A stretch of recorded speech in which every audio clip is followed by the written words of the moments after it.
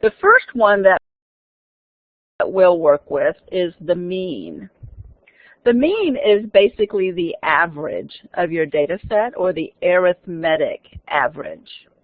And it's found by just taking the sum of your measurements divided by n, where n is the count, where however many there are. I'm sure that you learned to find an average by the little saying, add them all up, divide by however many there are. Well, the however many there are part is n. So here's the data set.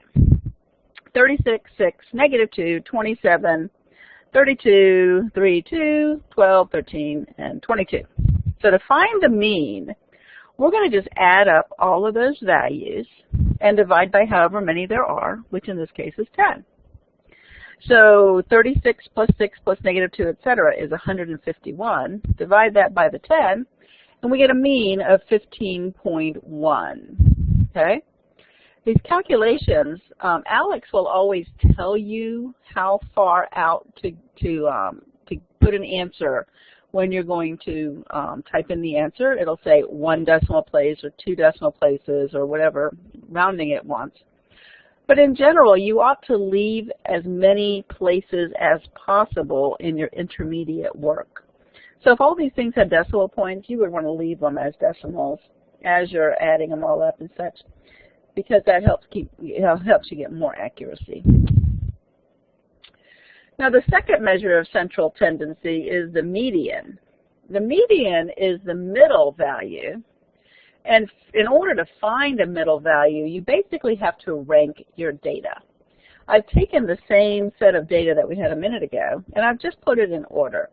So the smallest number was negative 2, and then positive 2, 3, 6, 12. And so on up to the largest value was 36.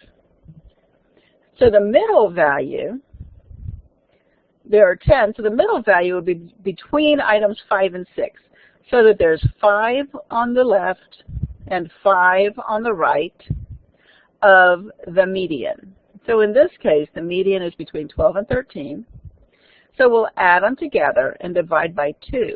If there's not one single middle value, then the median is found by adding the 2 middle values together and divide by 2.